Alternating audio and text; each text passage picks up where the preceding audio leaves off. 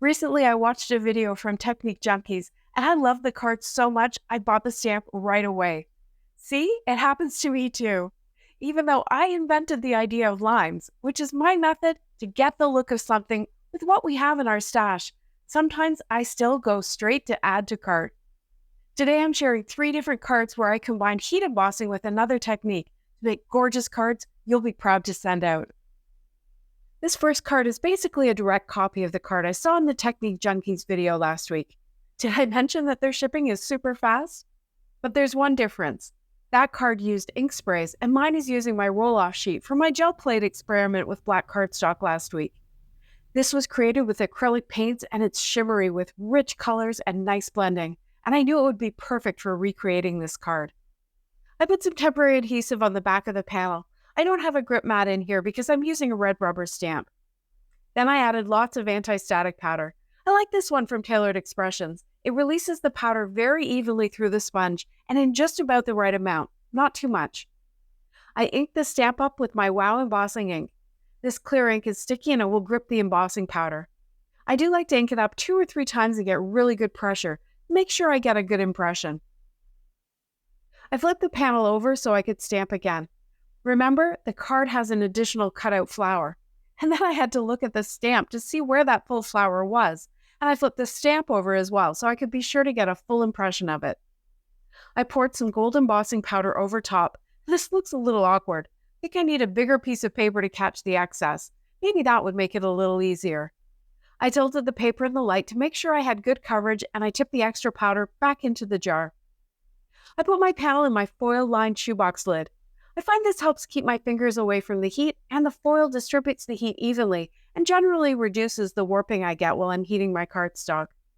I kept the heat tool really moving because the panel was made with acrylic paints. I'm not sure I've ever embossed over that before, so I wasn't sure if anything would melt or bubble up, but I got a really, really pretty result. Those fine gold lines are so delicate and close together. Well, you can see why I had to have this stamp. I trimmed down one side of the big panel to make my card panel, and then I got to doing my fussy cutting of my extra flower. You may not know this about me, but I absolutely hate fussy cutting. So here's my tips for doing the best you can when you hate it. First, use small, snippy scissors. These fine point blades will allow you to get into your tight spaces. Next, cut roughly around the item you're fussy cutting. All that excess paper will just upset the balance and get in the way. It's much easier to do this with a smaller piece to cut from. Third, take your time. This set of flower and leaves is very delicate with some very narrow stems. And this didn't happen to me this time, but you can always cut the flowers separately from the leaves if you happen to snip too far. When you glue it down on the card, you can make it look like one piece, and no one needs to know that you made a mistake. By the way, did you notice that I cut with my right hand even though I'm left-handed? My only explanation for that is that there must have been a shortage of left-handed scissors around when I was growing up, and I must have been forced to adapt. My last tip for fussy cutting is to get as close as you can, but don't worry if you've got a little extra, especially for a card like this. You can always go back and trim it down a little more if you need to, but the flower will be sitting over top of a similar background and the excess won't be noticeable. Okay, enough of that pain. Let's move on. I cut a frame from honey gold cardstock as a mat, as well as a strip for my sentiment. I really don't want to cover up too much of my background, but I know exactly where I want my extra flower to go. Just offset on top of this matching flower here, so that it looks like 2 layers of petals. And that positioning will determine how much space I have for my sentiment. I spent a while looking for a sentiment that would fit on there. One of these days I'm going to do a video about the shapes of sentiments. Sometimes I just don't seem to have the configuration I want, and I guess that's why it seems like these days the majority of stamp sets I buy are sentiment sets. I ended up with a favorite from Crafty Meraki, one-line birthday wishes, and I heat embossed it with the same gold powder on that gold strip. I love this tone-on-tone metallic look and how elegant it is. I used some liquid glue and the grit on my glass mat to adhere the sentiment strip straight on my panel, and once it was dry, I trimmed off the ends of the strip. For my card base, I decided to go dark rather than white. I like to create my own colored cardstock with my Catherine Pooler inks, rather than having to store all sorts of different colors. And another trick is that when I mask off the back of my card, I put the tape a little bit on the back beyond the score line. This means that the crease of my card will have the same color, in this case a deep blue, but of course my ink pad was dry. I tried to get away with it, but I couldn't. I stopped the video, refilled my ink pad, and then I came back in with another coat of ink to make sure I got nice solid coverage. And you can see when I fold the card that narrow strip of blue. I quite like the look of it, but you can go just to the score line if you prefer. To assemble the card, I used liquid glue to put the frame onto the card base, then I cut a piece of white cardstock to fill in that center. I really want my pretty panel to be lying flat, and you may ask, well then why cut out the center of the frame? And that's just because the gold cardstock is so much more expensive than the white, and I have a ton of white scraps. I glued the embossed panel on top of that, and then added some tiny foam dots to the back of my extra flower and leaves. Then I placed that in position over top of the flower on the background, and I pressed everything into place. For some sparkle, I got out some Stickles glitter glue, and I put a little blob in each petal and leaf, and then just spread it out with my finger. This is subtle, but it adds a pretty sparkle that catches the light. And then I couldn't resist, and I added 3 little gold gems from Crafty Meraki to the popped-up flower center. Now I know this is not my original design, but I am really pleased with this card. The gold just pops from that shimmery background. It's got a really rich and regal feel. There are so many looks that you can get from this stamp, or one similar to it. And speaking of which, here's another stamp that has leaves with lines in them. This time I'm stamping it in black on a white panel. I'm using a Copic-friendly ink at this point, and I've lined up my panel on the grid on the Misty so I can easily replace it to stamp in the same place later. Except then I lost my confidence in my ability to really get it right, so I decided to color with my panel still in the Misty. I grabbed a 6-color rainbow of Copic markers, and I started with the pink in the center of each leaf. My plan is to color just the one flower and leave the rest black and white.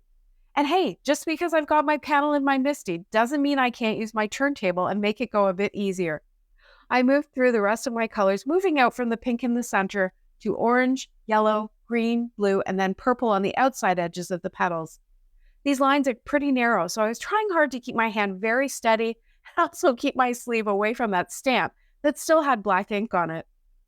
This is another stamp that has lots of potential for getting different looks from it. Even just changing up the coloring. You could do solid petals, or all of the petals colored, or just one of the petals colored. Next, to add some dimension, I came in with a gray marker just on the tips of each of the petals, both the white ones as well as the rainbow petals. This is an easy way to just deepen the colors that are there and make the shadows look a little deeper. Once all that was finished, I got my VersaFine ink out and I stamped it again. Even if you don't emboss, you can see that the deep black of this ink makes the shape super crisp, but I added some clear embossing powder on top and heated it all up to melt it. This gives my graphic panel a little bit of dimension and shine and makes it more special. Next, I had to decide how to create my card.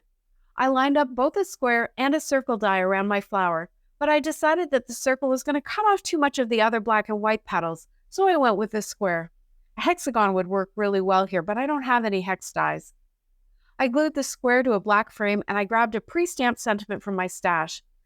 This is from Blot Shop, and the simple but bold font works perfectly with the feel of my card, I think.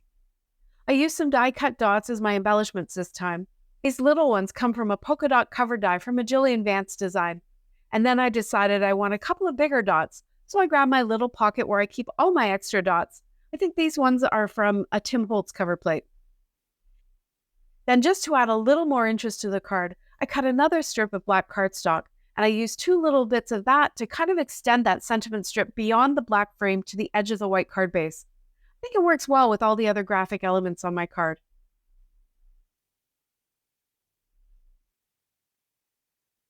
Next, I did some emboss resist with watercolor powders, and yet another similar but different stamp. Just like I did before, I stamped the leafy image several times with my WOW embossing ink, before adding white embossing powder and heating it all up until it was smooth and shiny. I grabbed these 3 little Lindy shakers, which are shimmery, and I sprinkled a little of each onto my panel. Then I put a whole lot of water on it with my continuous spray bottle.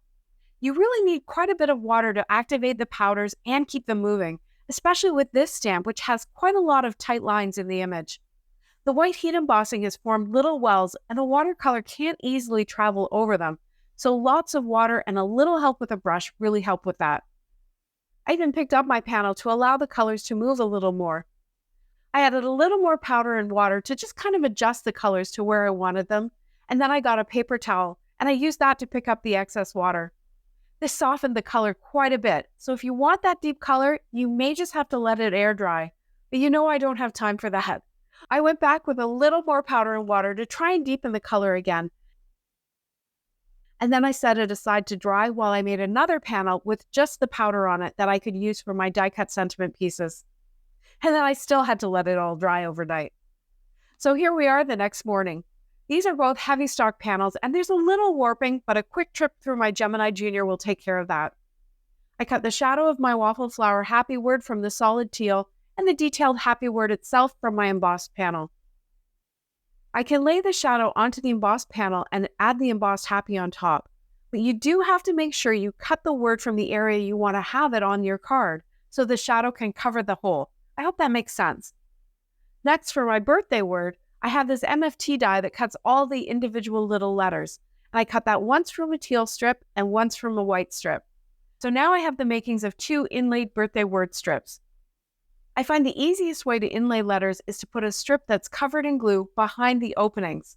It sticks to the back of my strip and creates sticky openings for the letters, and I don't have to try and get glue onto the backs of those tiny areas. I kept all the little letter centers to place in as well, but if you ever lose them, don't worry. Just grab a matching Copic marker and color the base where the glue is before you put the letter in. No one will ever notice that that little piece is missing, I guarantee it. I made up both of the strips, and then just to be sure that everything was really stuck together, I ran them through my die cutting machine with no dies in the sandwich. The pressure really just presses them together and gives that ultra smooth look that I love from this technique. Then I just had to decide which one I liked better. I chose the white because the other one was much more green than the shadow behind the happy due to the variations on the teal panel, and I can save that teal word for a future card.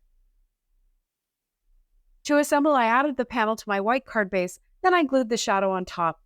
I ran glue around just the very edges of the shadow, since that's where it'll come into contact with the background panel. Then I glued the word die cut on top. And because I cut it from that area of the panel, you get the illusion of a continuous pattern of the white embossed leaves from the panel. Next, I added some glue to the back of the birthday word strip, and I glued that on. And finally, I added some emerald gems from Crafty Meraki for a little bit of sparkle.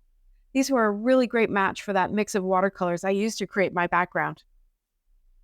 Technique Junkies has been kind enough to give me a discount code to share with you. So if you're interested in getting these background stamps that I'm using today, you can get 10% off your order with this code.